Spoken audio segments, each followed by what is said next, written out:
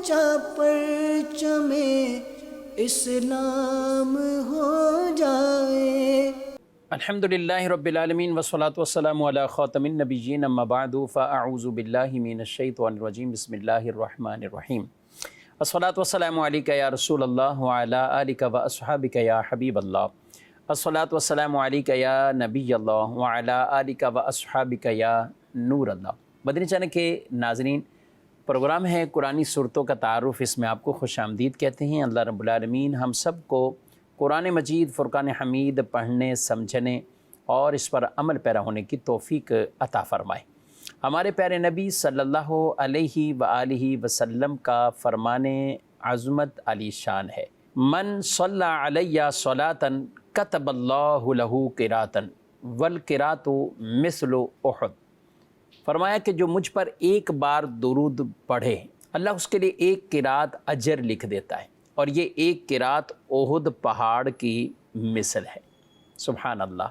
اللہ رب العالمین ہمیں کثرت سے درود و سلام بارگاہ رسالت میں پیش کرنے کی توفیق عطا فرمائے۔ صلو علی الحبیب صلی اللہ تعالی علی محمد صلی اللہ علیہ وآلہ وسلم۔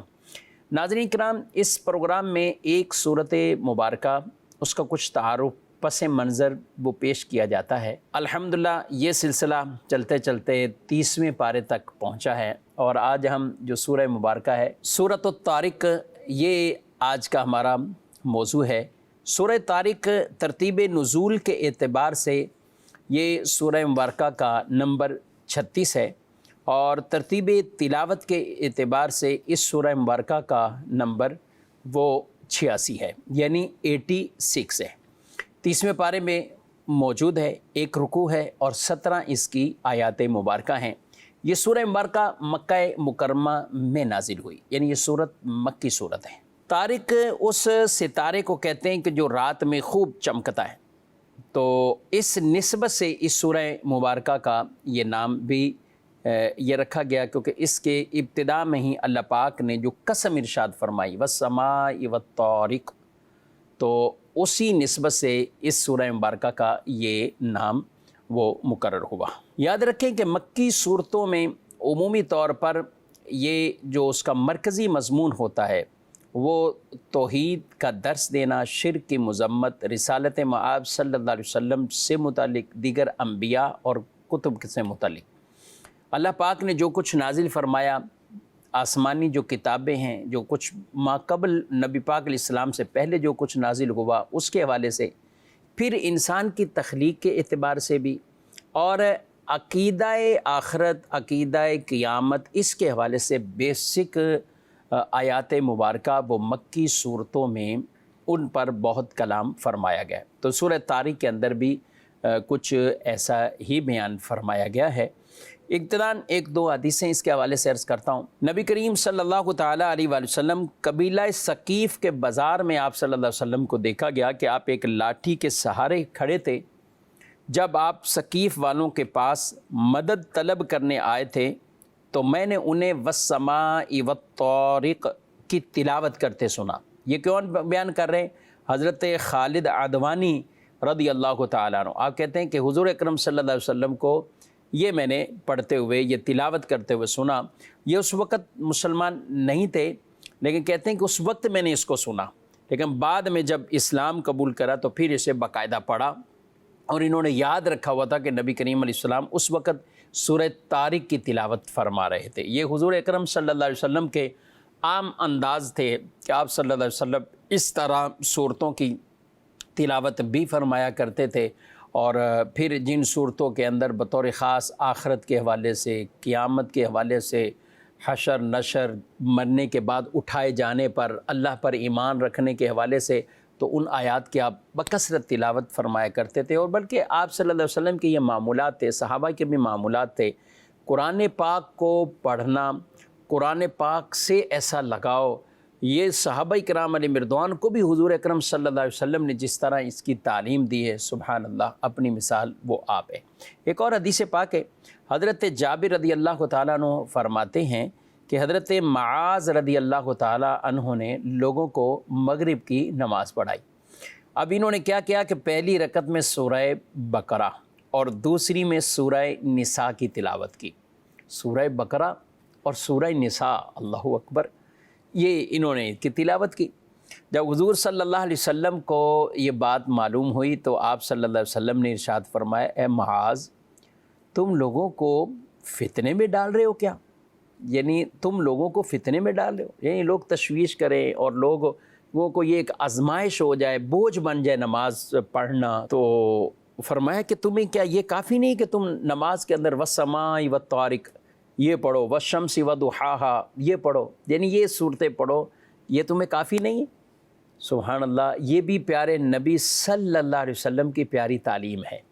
یعنی حضور علیہ السلام نے یہ ائمہ کو، آپ نے مساجد کے امام ہو یا جو بھی کسی امامت کرے تو اس سے لوگوں کے یعنی مقتدیوں کے حقوق آپ صلی اللہ علیہ وسلم نے ارشاد فرمائے کہ مقتدیوں کے بھی حقوق ہیں، اور وہ مقتدیوں کے یہ حقوق ہے کہ آپ ان کی رعایت کرتے ہوئے آپ نماز پڑھائیں۔ بلکہ فرمایا تمہاری ان میں نمازوں میں بوڑھے بھی، ضعیف بھی، کام کاج والے بھی، حاجت والے ایسے نمازوں میں آتے ہیں، تو ان سب کی رعایت کر کے نماز پڑھانا، یہ حضور اکرم صلی اللہ علیہ وآلہ وسلم نے بطور خاص ہمیں اس کی تعلیم ارشاد فرمائی ہے۔ ہاں، اپنی تنہائی کی نمازیں تو جتنا مرضی قرآن پڑھتے جائیں، آپ تنہائی میں پڑھ رہے ہیں، پھر آپ رات کے نوافل پڑھ رہے ہیں، تو نبی کریم علیہ السلام سے طویل قرات کے ساتھ نماز پڑھنا یہ ثابت ہے۔ صحابہ کرام علیہم رضوان سے باقاعدہ اتنی طویل نماز پڑھنا یہ باقاعدہ ثابت ہیں۔ کوئی سورہ کہف پڑھتا ہے تو سورہ کہف پوری پڑھ دیتے ہیں، کوئی اور بڑی سورتیں ہیں۔ حضور اکرم صلی اللہ علیہ وسلم خود سورہ بقرہ، سورہ نساء، سورہ آل عمران، بلکہ ایک رکعت کے اندر بھی یہ آپ صلی اللہ علیہ وسلم سے پڑھنا ثابت ہے۔ تو یوں اپنی نماز پڑھ رہے ہیں، تنہائی کی نماز پڑھ رہے ہیں، تو وہ آپ جتنی بھی چاہیں آپ کثرت کے ساتھ اس میں اور طویل آپ قرات کر سکتے ہیں۔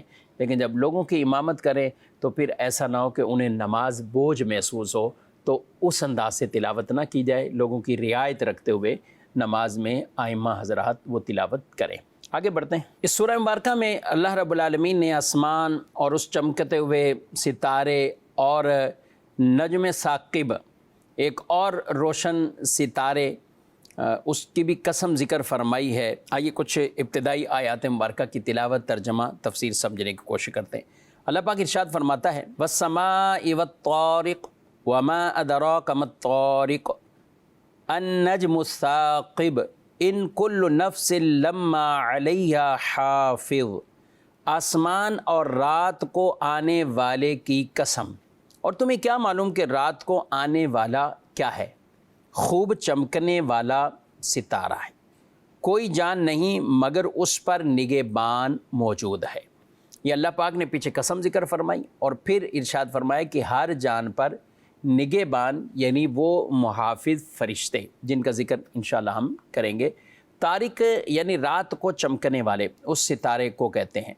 اور اس کا ایک پس منظر بھی بیان فرمایا گیا کہ پہلے شیاطین یہ اوپر آسمانوں کی طرف جاتے اور فرشتوں کی باتوں کو اچک لیتے، یعنی کچھ باتوں کو لے لیتے اور ان کی جو آپس کی گفتگو ہوتی، اور پھر وہ لے کر اپنے دیگر جنات اور شیاطین کی طرف، چیلوں کی طرف وہ چیزوں کو منتقل اور اس میں اور اتنی چیزیں مکس کر کے آگے لوگوں تک وہ پہنچا دیتے۔ کئی ایسے اس زمانے کے جو کاہن تھے، جادوگر تھے، مختلف عامل تھے، تو وہ اس طرح کی باتیں کچھ لی ہوئی اور کچھ آگے اب 100 باتیں اپنی طرف سے ملا کر، تو ایک تو کوئی سچی ہو گئی، پھر اللہ رب العالمین کی طرف سے شیاطین کو یہ ستارے مارے جانے کا جو انتظام، جسے شہاب ثاقب بھی فرمایا گیا کہ اب یہ آسمانوں کی طرف نہیں بڑھتے۔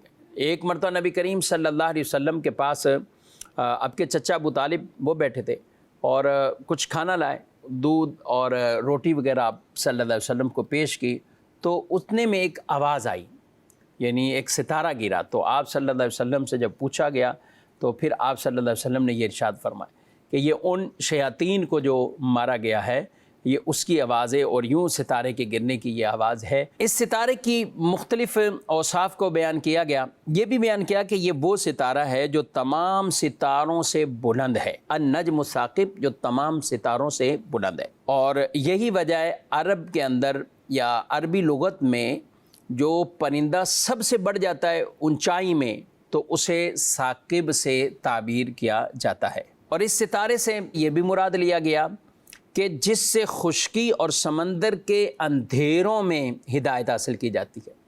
یہ سمندروں کا جو سفر ہے نا، ان کے جو رہنمائی کرنے والے وہ یہ ستارے ہی ہیں کہ جن کے ذریعے سے، یعنی یوں کہیں کہ ایک لوکیشن ان کی سیٹ ہوتی ہے اور جن کے ذریعے سے وہ اپنی منزل کی طرف وہ پہنچتے ہیں۔ اور یہ بھی کہا گیا ثاقب کا معنی یعنی سراغ کرنے والا، تو اتنی روشنی ہے کہ اندھیروں میں سراغ کر دیتا ہے۔ یہ مشرق سے طلوع ہوتا ہے اور اس کی روشنی ہوا میں اس طرح نفوذ کر جاتی ہے جیسے کوئی چیز کسی چیز میں باقاعدہ سوراخ کر دیتی ہے۔ تو یہ جو پہلے عرض کیا کہ نبی کریم علیہ السلام کے پاس جب ابو طالب تھے اور اس طرح کا معاملہ ہوا، آپ کے چچا ابو طالب آئے ہوئے اور آپ یہ معاملہ ہوا، تو اس پر آپ صلی اللہ علیہ وسلم نے جب یہ ارشاد فرمایا کہ یہ ستارہ یوں ہے جس کے ذریعے شیاطین کو مارا گیا، تو آپ کی اس بات کو سن کر وہ گھبرا گئے، تو اللہ پاک نے آپ صلی اللہ علیہ وسلم کی تائید میں یہ سورہ مبارکہ نازل کی، وَالسَّمَاءِ وَالطَّارِقِ وَمَا أَدْرَاكَ مَا الطَّارِقُ النَّجْمُ الثَّاقِبُ، یعنی آسمان کی قسم اور رات کو چمکنے والے تارے کی قسم، خوب روشن ستارے نجم کی قسم، ان کل نفس لما علیہا حافظ، کہ کوئی جان ایسی نہیں ہے مگر اس پر محافظ ہے، یعنی اس پر کوئی محافظ ہے، اور وہ اس سے مراد نگہبان فرشتے ہیں۔ ان کی کچھ ڈیٹیل تفصیل میں عرض کرتا ہوں۔ بعض مفسرین کی یہ رائے ہے کہ اس سے مراد اللہ رب العالمین کی ذات ہی ہے، رب ہی محافظ، اللہ ہی محافظ ہے۔ اب یہ اللہ رب العالمین، جی ہاں، اصل حفاظت تو اللہ ہی فرماتا ہے۔ رب تعالیٰ نے ہر ایک کو پیدا کیا ہے، رب تبارک و تعالیٰ کی ذات نہیں ہر ایک چیز کے اندر جو زندگی جیسے عطا فرمانی تھی وہ عطا فرمائی، اور جتنی اس کی بقا تھی باقی رکھا، جب ختم ہونا ہے ختم فرمایا، یعنی زندگی اور موت کو اللہ نے ہی پیدا کیا ہے۔ رب تعالیٰ کی ذات کو ہمیشہ کے لیے بقا ہے، وہ ہمیشہ سے وہ ہمیشہ رہے۔ یہ زمین، اس میں انسانوں کے زندہ رہنے کے لیے اناج دیگر چیزوں کی جو ضرورت ہے تو رب نے اس کے بھی اسباب پیدا فرمائے۔ محنت انسان ہی کرتا ہے، لیکن اگر سورج کی تپش نہ ہو تو کیسے غلہ پکے گا، وہ فصل کیسے پوری تیار ہوگی؟ ایسا نہیں ہو سکتا۔ موسم میں سردی اور گرمی کو رکھا، اور اس کے بھی اپنے اپنے فوائد ہیں، اس کے بھی اپنے اپنے فوائد۔ تو اصل ہر چیز کا محافظ وہ اللہ کی ذات ہے، اور اللہ پاک قرآن پاک میں ایک جگہ ارشاد بھی فرماتا ہے فَاللَّهُ خَيْرٌ حَافِظًا، اللہ سب سے بہتر حفاظت کرنے والا ہے، اللہ سب سے بہتر حفاظت۔ تو پہلا قول تو یہ ہے۔ دوسرا یہ کہ اس سے مراد فرشتوں کی نگہبانی اور فرشتوں کا محافظ بننا، اور یہ بھی قرآن میں اللہ پاک نے بیان فرمایا۔ فرشتے اللہ کی دی ہوئی طاقت، اللہ کی عطا سے، اور اللہ نے جو انہیں ڈیوٹیاں دی ہیں اس کے مطابق وہ محافظ بھی ہیں، حفاظت بھی کرتے ہیں۔ فرشتے نگہبان بھی ہیں طرح طرح کے۔ اللہ پاک ارشاد فرماتا ہے وَهُوَ الْقَاهِرُ فَوْقَ عِبَادِهِ وَيُرْسِلُ عَلَيْكُمْ حَافِظًا، اور وہی اپنے بندوں کے اوپر غالب ہے اور وہ تمہارے اوپر نگرانی کرنے والے فرشتے بھیجتا ہے، نگرانی کرنے والے فرشتے بھیجتا ہے۔ ایک اور آیت مبارکہ میں ارشاد فرمائے اِذْ يَتَلَقَّى الْمُتَلَقِّيَانِ عَنِ الْيَمِينِ وَعَنِ الشِّمَالِ قَعِيدٌ ما يلفظ من قول الا لديه رقیب عتید، اور فرمایا کہ جب انسان کے ہر قول اور فعل دو فرشتے لے لیتے ہیں، ایک اس کی دائیں جانب اور دوسرا اس کی بائیں طرف بیٹھا ہوا ہے، وہ جو بات بھی کرتا ہے اس کا محافظ فرشتہ اس کو لکھنے کے لیے تیار ہوتا ہے۔ اور یہ بھی ارشاد فرمایا وَإِنَّ عَلَيْكُمْ لَحَافِظِينَ كِرَامًا كَاتِبِينَ یعلمون ما تفعلون، اور بے شک تم پر ضرور محافظ فرشتے مقرر ہیں، معزز لکھنے والے، وہ جانتے ہیں جو کچھ تم کرتے ہو۔ اور اس کے حوالے سے کئی ایسی احادیث مبارکہ ہیں، کرامن کاتبین جو یہ عمل لکھتے ہیں، دائیں جانب والا نیکی لکھتا ہے، بائیں جانب والا وہ انسان کی برائی کو لکھتا ہے، اور یہ دائیں جانب والا فرشتہ بائیں جانب والے پر بھی امین اور امیر ہے۔ اچھا، جب انسان نیکی کا ارادہ کرتا ہے تو وہ فرشتہ اس کی نیکی کو لکھ لیتا ہے۔ جی ہاں، حدیث قدسی ہے، باقاعدہ اللہ تعالیٰ ارشاد فرماتا ہے جب میرا بندہ نیک کام کا ارادہ کرے، قصد کرے، وہ اس کو لکھنے کا حکم دیتا ہے، وہ نیکی ایک لکھ لیتا ہے، اور جب وہ عمل کرتا ہے تو 10 زیادہ نیکیاں لکھ دیتا ہے، یعنی 10 گنا بڑھا کر لکھتا ہے۔ اور جب کوئی برائی کرتا ہے، برائی کا قصد ہے، لکھتا کچھ نہیں فرشتہ، برائی کر لیتا ہے تو برائی ایک ہی لکھی جاتی ہے۔ من جاء بالحسنۃ فلہ عشر امثالھا ومن جاء بالسیئۃ فلا یجزی الا مثلھا۔ تو پھر جب کوئی نیکی لاتا ہے تو اسے اللہ پاک کی طرف سے 10 گنا بڑھا کر دیا جاتا ہے، اور کوئی برائی ہے تو وہ اسی کی مثل ہے۔ یہ بھی اللہ کی رحمت ہے، شان کریمی ہے کہ انسان نیکی کا ارادہ کرے، رب نیکی لکھنے کا حکم دے دیتا ہے، برائی کا ارادہ کرے تو منع کرتا ہے ابھی نہیں لکھو، برائی کرتا ہے تو 1 گناہ لکھا جاتا ہے۔ اور بعض روایات کے مطابق تو یہ ہے کہ برائی کرتا بھی ہے تو فرشتوں کو بھی روکا جاتا ہے، جس میں فرمایا 7 گھنٹے رک جاؤ، ہو سکتا ہے یہ توبہ کر لے، ہو سکتا ہے یہ توبہ کر لے، یہ اس چیز سے معافی مانگ لے، استغفار کر لے، یا کوئی ایسی نیکی کر لے، تسبیح کر لے کہ جس کی وجہ سے اللہ پاک اس کے گناہ کو ختم فرما دے، گناہ کو معاف فرما دے۔ تو گناہ ہو جانا یہ تو انسان سے ممکن ہے، ہوتا رہتا ہے، سچی توبہ کرنے کے بعد بھی شیطان اسے بہکا دیتا ہے اور وہ گناہ کر لیتا ہے، لیکن بہترین خطا کار وہ ہیں کہ گناہ کے بعد توبہ کر لے، گناہ کے بعد توبہ کر لے، وہ اپنے ان گناہوں پر قائم نہ رہے، لیکن جب توبہ کرے تو سچے دل سے توبہ کریں، یا اللہ غلطی ہوگی، اب غلطی نہیں ہوگی، اب میں سچے دل سے توبہ کرتا ہوں، اللہ ان کے گناہوں کو معاف فرما دیتا ہے۔ آگے مزید بڑھتے ہیں اس سورہ مبارکہ کی آیت نمبر 11 سے، جہاں اللہ پاک نے یہ توحید اور حشر نشر کے دلائل بیان فرمائے، یعنی پہلے تو یہ دلائل بیان فرمائے، اور اس کے بعد جو قسم ارشاد فرمائی زمین اور آسمان کی، وہ قرآن کی حقانیت کو بیان فرمایا۔ یہ پہلے ایک جو دلائل کے ساتھ عقل میں بھی باتیں آئیں اور ان بین واضح دلیلوں کو بیان کیا جو وہ اپنی مظاہرہ کرتے ہوئے دیکھتے تھے، انسان کی تخلیق کو اور دیگر چیزوں کو بیان کرنے کے بعد پھر ارشاد فرمایا وَالسَّمَاءِ ذَاتِ الرَّجْعِ وَالْأَرْضِ ذَاتِ الصَّدْعِ إِنَّهُ لَقَوْلٌ فَصْلٌ وَمَا هُوَ بِالْهَزْلِ۔ فرمایا اس آسمان کی قسم جو لوٹ لوٹ کر برستا ہے، اور پھاڑی جانے والی زمین کی، بے شک قرآن ضرور فیصلہ کر دینے والا کلام ہے، اور وہ کوئی ہنسی مذاق کی بات نہیں۔ وما ہوا بالہزل، یہ قرآن کوئی ہنسی مذاق والی بات نہیں ہے، قرآن ضرور ایک فیصلہ کن کلام ہے، کتاب ہے، اور اس کو اللہ پاک نے قسم ارشاد فرما کر اس کی تاکید کو بیان فرمایا، یعنی آسمان کی قسم ذات الرجع، لوٹ لوٹ کر آنے والا، برستا ہے، زمین کو پھاڑ دینے والا، یعنی زمین سے جو فصلیں اگاتی ہیں، بنجر زمینوں کو آباد کر دیتا ہے اور وہ فصلیں اگاتی ہیں، درخت اگتے ہیں، کتنا کچھ جو انسان کی بقا کا ہے سب ذریعہ وہ زمین ہے۔ اگر زمین ہی نہ ہو، اس میں سے نہ ہو، تو یعنی جو بیسک چیزیں ہیں آپ ذرا غور کریں، کمپنیاں، فیکٹریاں، سب آپ ذرا ذہن سے نکال دیں، یا ان کے بیک میں چلے جائیں کہ کہاں سے یہ سب چیزیں چلیں گی، جانور، زمین، کھیت، یعنی ہم آئیں گے اس کے ارد گرد ہی، جو کچھ بھی کھانے پینے کی جو نیچرل چیزیں ہوں گی، اور انسان اس نیچرل چیزوں کی طرف ہی بڑھتا ہے۔ بالآخر جب شعوری سمجھداری سب کچھ آ جائے تو پھر کہے گا نہیں، یہ جو مصنوعی چیزیں ہیں یہ نقصان دہ ہیں، یہ نیچرل چیزیں ہیں، تو اس کی طرف ہمیں جانا ہے۔ اور یہ ان کی بقا اور ان کی بنیاد اور ان کے سب کچھ وہ کیسے، وہ اللہ رب العالمین کی ذات ہے۔ اور ارشاد فرمایا کہ یہ قرآن ضرور فیصلہ کر دے گا، یہ حق اور باطل میں یہ بالکل ایک فرق اور امتیاز کر دیتا ہے۔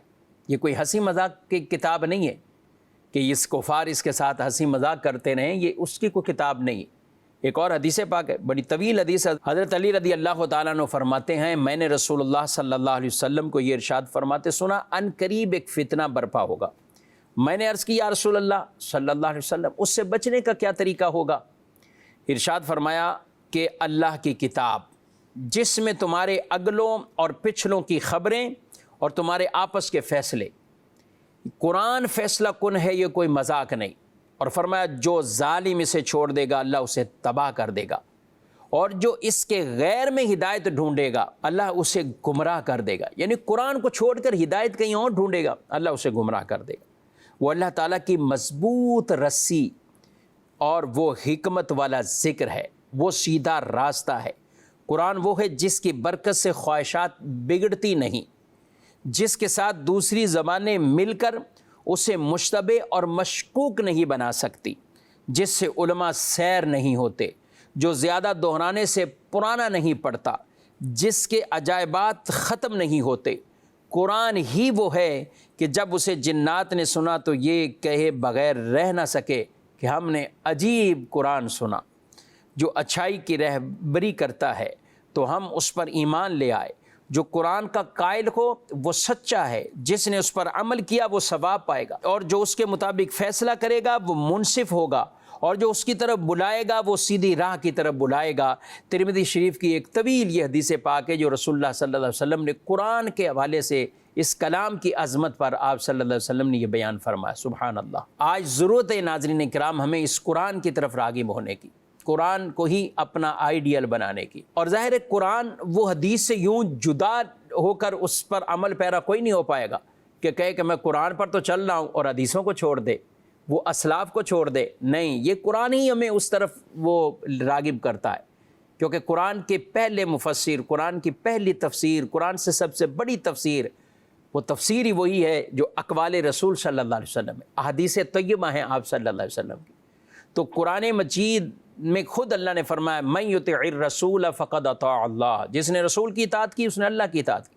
اب جو کہ میں قرآن کو تو لیتا ہوں حدیث کو چھوڑ دے تو وہ قرآن کو ہی لینے والا نہیں ہے، وہ اصل ہدایت کے راستے پر ہی نہیں ہے۔ ہدایت کے راستے پر قرآن کو صحیح لینے والا وہی ہے جو حدیث کو بھی لیتا ہے۔ پھر جب حدیث کی طرف آئیں گے پھر صحابہ کرام علیہ مردوان، اہل بیت، یہ اسلاف بزرگوں سے جو ہمارا یہ سلسلہ چلتا ہوا آج تک یہ دین کا ہم تک پہنچا ہے، تو ان سے یہ چیزیں جدا نہیں ہیں، ان سے یہ جدا نہیں ہیں۔ من یطع الرسول فقد اطاع اللہ، یہ اللہ پاک نے ارشاد فرمایا ہے۔